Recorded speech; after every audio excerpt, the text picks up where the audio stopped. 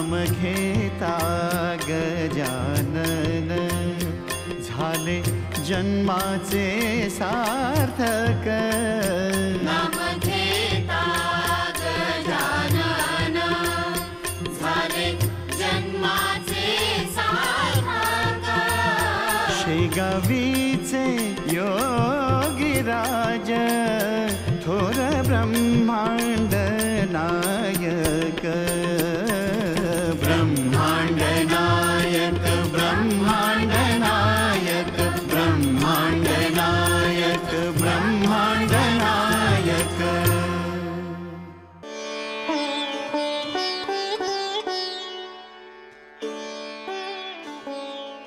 बंकटा महाराज, हल्ली तुझं आमच्याकडे लक्ष नाही बरं का? महाराज, हा असा प्रमाद माझ्या हातून कधी घडेल का? आणि हे तेव्हाच घडेल जेव्हा हा बंकटलाल अगरवाल परलोक गमनास निघेल। मग मला सांग, हल्ली तुझं मठात येणं कमी का झालं? महाराज, याचं कारण आपल्याला ठाऊक नाही असं आहे का? महाराज, जी लोक आपला अमृतापरी असलेला उपदेश प्राशन करण्यास असमर्थ आहे अशा लोकांना मी भेटण्याचा प्रयत्न करतो। मी स्वतः त्यांची भेट घेऊन जी लोक दुःखी कष्टी असतील त्यांचं दुःख हलकं करण्याचा प्रयत्न करतो। त्यांना पडणाऱ्या कष्टांचा भार मी स्वतःवर घेत असतो। चांगलं कार्य करतोयस, असंच कार्य करीत राहा।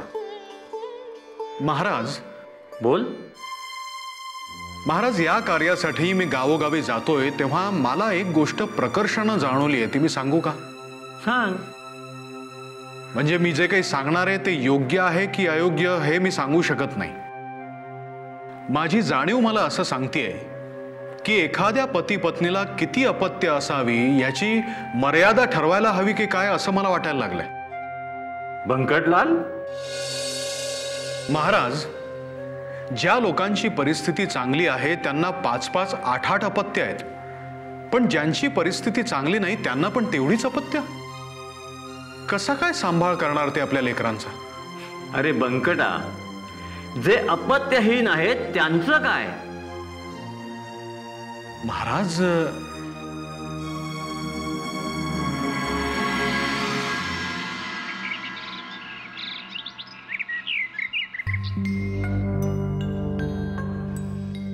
अहो, तुम्ही अजून इथेच?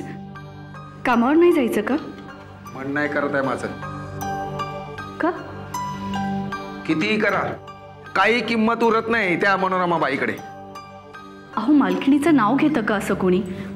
मालकीणबाई म्हणा। मी घेतो। मालकीनबाई झाली म्हणून काही नोकराला किंमत द्यायची नाही असं कुठे लिहून ठेवलेलं नाहीये, आणि नोकराने मालकीनबाईचं नाव घ्यायचं नाही असंही कुठे लिहून ठेवलेलं नाहीये। तुमचा राग कळतोय मला। खूप काम करून घेतात ना मालकीनबाई? कामाचं काही नाही ग, पण ती तुझ्याविषयी बोलते ना तेव्हा माझं डोकंच उठतं बघ। आणि हो, आता काय बोलते तेवढं मात्र विचारू नकोस। ठाऊक आहे मला। तुला ठाऊक आहे? वांज म्हणते ना। वत्सला? सगळ्याच बाया म्हणतात। मालकीनबाई म्हणाल्या तर वाईट का वाटून घेऊ मी? आहे मी वांज, म्हणूनच म्हणतात ना। वत्सला, पण आपण दोघं एवढा पैका कमवतो, सगळा माझ्या उपचारावर खर्च केला, पण तरीही गुण येत नाही। म्हणजे मीच वांजुटी नाही का? अगं तसं नाही ग। तुम्हाला आवडत नाही कारण मी तुमची बायको आहे, पण मला एक सांगा, लंगड्याला लंगडा म्हणणं, आंधळ्याला आंधळा म्हणणं चुकीचं आहे का? मला नाही पटत ते। दुसऱ्यांच्या जखमेवर फुंकर घालायची असते, मीठ टाकायचं नसतं। आणि हो, आमचं दुःख आमच्यापाशी आहे ना, त्याची आठवण करून द्यायची गरज नाहीये त्यांना। जाऊ द्या, तुम्ही नका मनाला लावून घेऊ। विसरा सगळं आणि जा कामावर। नाही तर आजच्या दिवसाचा मेहनताना नाही मिळायचा. जाऊ म्हणतेस? हो तर घरात बसून काय करताय? ते खरंच म्हणा, पण मला ना कधी कधी राग येतो आपल्या नशिबाचा. लोकांना 6 पोरं होतात आणि आपल्याला एक पण मुलं आहे.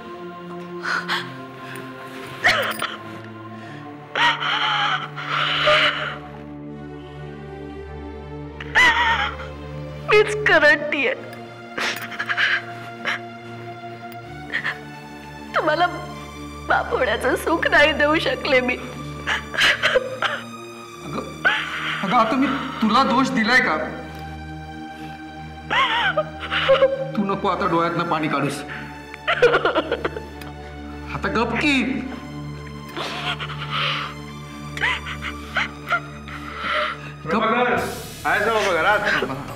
हो अरे ये कसे. वहिनी रडत होत्या वाटतं. नाही अरे ते छे हो काशीनाथ भाऊजी, मी कशाला रडते? तुम्ही निघा कामावर, नाहीतर मालकीणबाई जीव घ्यायची. वय वय मी येतो. चल रे काशा जाऊया. पण अरे मी बोलतो ना वाटेत. हा चल येतो का? चल चल चल.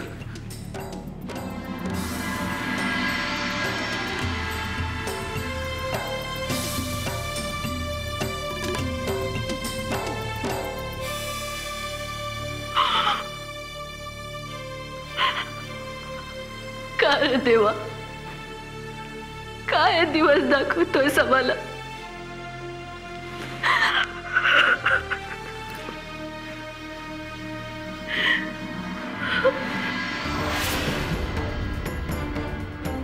तू केलेलं निरीक्षण आणि त्यावरून काढलेलं अनुमान अगदी योग्य आहे बंकटा. महाराज, प्रत्येकाला किती संतती असावी ह्याचं नियमन व्हायला पाहिजे, नाहीतर जनसंख्या वारेमाप वाढेल आणि प्राकृतिक सुविधांची उणीव भासू लागेल. उदाहरणार्थ, नैसर्गिक स्रोताने मिळणारं पाणी अपुरं पडेल आणि त्याची उणीव भरून काढण्यासाठी माणसाला कृत्रिम जलस्रोत निर्माण करावे लागतील. असं करताना जमिनीची झीज होईल आणि ही झीज ज्वालामुखीच्या उद्रेकाला कारणीभूत ठरेल.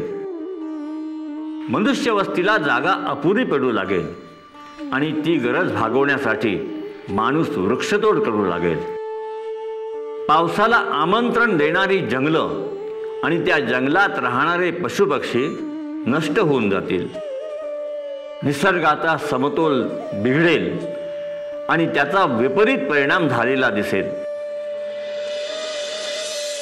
हे एक दुःस्वप्न आहे. ते प्रत्येक माणसाने आत्ताच पाहायला हवं आणि सावधगिरीचा उपाय म्हणून संतती नियमनाचा विचार करायला हवा. होय महाराज, पण मगाशी आपण म्हणालात की ज्या लोकांना संतती नाहीये अशांचं काय? बंकटा, आपल्याला अपत्य झालं नाही तर आपलं जीणं व्यर्थ आहे असा समज काही दाम्पत्य करून घेतात.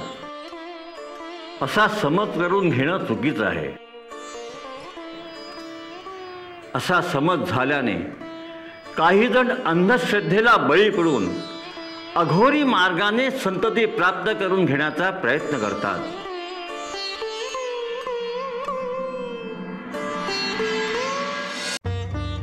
प्रभाकर, अरे प्रभाकर, अरे गड्या थांब जरा.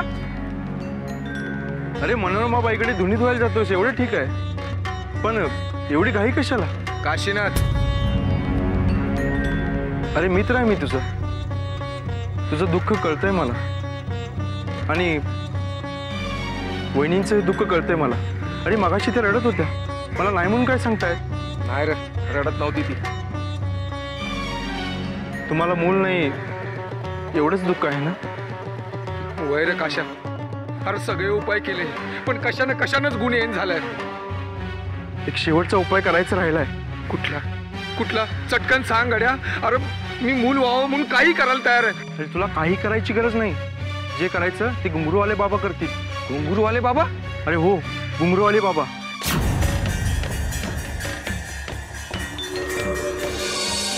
अरे 12 वर्ष स्मशानात बसून साधना केली त्यांनी, सर्व सिद्धी प्राप्त आहेत त्यांना. अरे जे देवांनाही शक्य नाही असे कामं करू शकतात घुंगरूवाले बाबा. देवालाही करणं शक्य नाही अशी कामं म्हणजे? अरे अशी किती उदाहरणं देऊ तुला. तुला तो नटवर माहिती आहे? नटवर नटवर?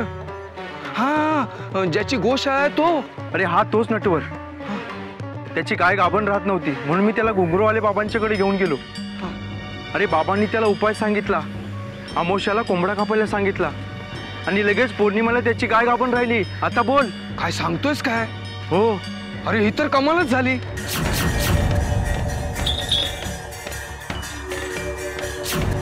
कमालीचेच आहेत घुंगरूवाले बाबा.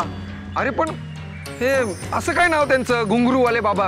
अरे त्याचं काय आहे ना, त्यांचं खरं नाव कुणालाच माहिती नाही, पण त्यांच्याकडे ना एक घुंगरू बांधलेली काठी असते म्हणून त्यांना घुंगरूवाले बाबा असं नाव पडलं. बाबांनी भूता खेळताना हडळींना सगळ्यांना वश केलेलं आहे. अरे देवताई बाबांची आज्ञा पाळतात. तुला सांगतो प्रभाकर, तुम्हाला मूल व्हावं म्हणून बाबा तुम्हाला नक्कीच काहीतरी उपाय सांगतील. खरंच सांगतील का रे उपाय? अरे सगळे उपाय करून थकलास ना, आता हा एक उपाय करून बघ ना. वय घुंगरूवाले बाबा.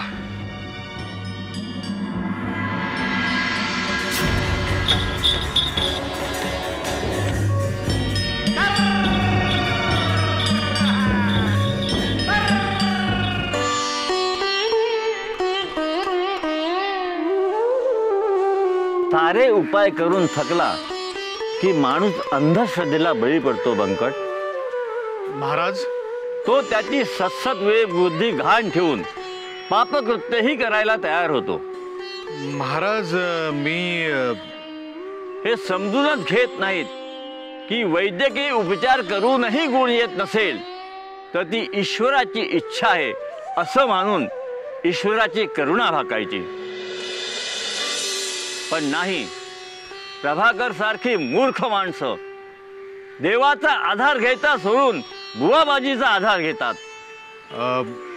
महाराज हा प्रभाकर कोण? प्रभाकर आणि त्याची पत्नी वत्सला दोघांनाही पुत्रप्राप्ती करून घ्यायची आहे. बरं, मग? पुत्रप्राप्ती करून घ्यावी म्हणून याच्या एका स्वकीयाने नको तो मार्ग सुचवला आहे. त्याने सुचवलेल्या मार्गाने तो गेल्यास त्याला पुत्रप्राप्ती तर होणार नाहीत, उलट स्वतःसाठी तो नरकाचं द्वार मात्र ठोठावून बसेल. वत्सला आमची भक्त आहे, तिने या मार्गापासून प्रभाकरला रोखावं अशी आमची इच्छा आहे. ऐकतेस ना वत्सला? गण गण गणात बोते, गण गण गणात बोते, गण गण गणात बोते. वत्सला, अगं ये वत्सले. अहो तुम्ही घरी परत आलात, कामावर नाही गेलात? अगं सोड ग, काय घेऊन बसली त्या दरिद्री कामाचं? अहो पण अगं मला आता काशीनाथने त्या घुंगूरवाल्या बाबांविषयी सांगितलं. अगं ते ऐकून मी हरकूनच गेलो बघ, तडक घरलाच निघून आलो. अहो कोण घुंगरूवाले बाबा? अगं खूप मोठे महापुरुष आहेत ते. 12 वर्ष स्मशानात बसून त्यांनी तपस्या केली.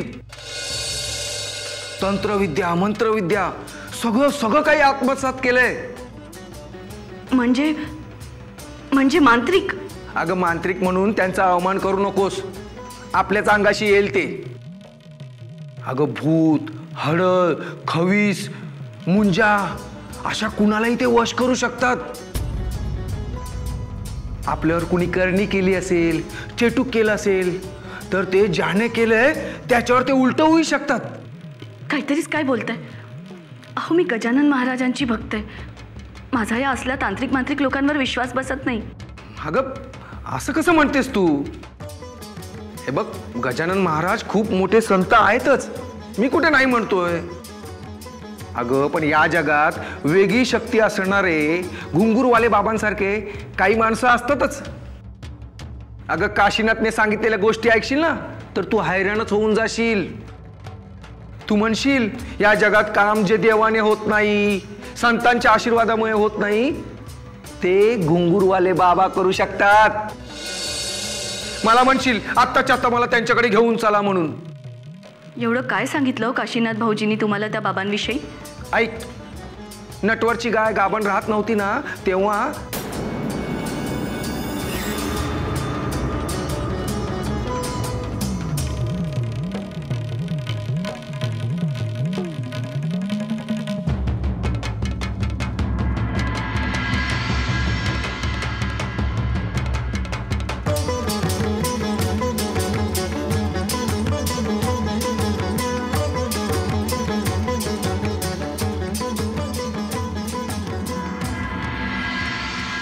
समजलं ना तुला? म्हणजे बघ काय शक्ती आहे त्या घुंगरूवाल्या बाबांजवळ. नाही, माझा विश्वास नाही बसत. भाऊजींनी जे काही सांगितलं ना तुम्हाला, ह्यात इतका अघोरीपणा आहे. ऐकून घेतला ठीक आहे, त्याचा विचार करत बसू नका हो. नाही नाही, मी विचार करणार म्हणजे करणार. अहो, आपल्याला काय घेणं देणं असल्या बाबांची? देणं घेणं आहे वत्सला. म्हणजे वैद्य झाले, हकीम झाले, संतांच्या पायाचं तीर्थही पिऊन झालं. निदान आता या बाबांचा आशीर्वाद घेऊन आपली मनोकामना पूर्ण होते का ते तरी पाहू. म्हणजे आपल्याला मूल होण्यासाठी घुंगूरवाले बाबा आपल्याला उपाय सुचवतील असं म्हणत होता काशीनाथ. काय? मग हरकलीस ना तू? नाही नाही, हे असले अघोरी उपाय करून मला मातृत्व नकोय. अगं अशी काय करतेस वत्सले? नाही म्हणते ना मी. हे बघ, माझं ऐकून तरी घे. आपण एकदा घुंगरूवाले बाबांना भेटू, ते काय उपाय सुचवतात ते बघू, नंतर विचार करू ना काय करायचं की नाही करायचं. अहो पण ते मला काय माहित नाही. मी उद्याच्या उद्या चाललोय काशीनाथ बरोबर. ठरलं म्हणजे ठरलं.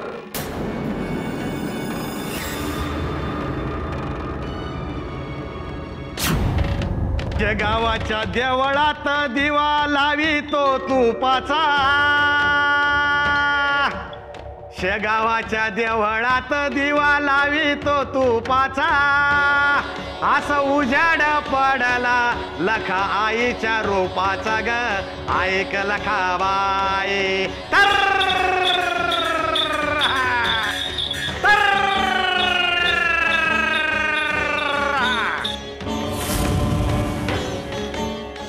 चला, तुम्हाला बाबांची माहिती पडून देण्यासाठी अजून एक उदाहरण सांगतो. मागे बाबा अचलपूरला गेले होते. ते राहू दे रे काशा, राहू दे. तुझ्या वहिनीला किती उदाहरणं पटवून दिलीस ना तरी तिला ती पटणार नाहीत. गजानन महाराजांची भक्त आहे ना ती. तू गप गप. मी जाणार म्हणजे जाणार. त्यांना न पाहता, त्यांच्याशी न बोलता मी त्यांच्यावर अविश्वास दाखवणार नाही. एक आशा, तू मला आत्ताच्या आता घुंगरूवाल्या बाबांकडे घेऊन चल. होय, बघू आपण काय नंतर करायचं ते बघू. चल चल चल. अहो थांबा. अहो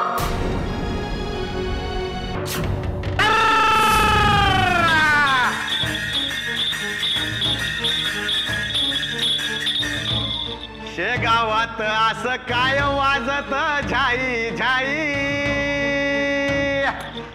शेगावात असं काय वाजे झाई झाई, लखाई पालखीत मांत्रिक चालला पायी पायी ग. ऐक लखाबाई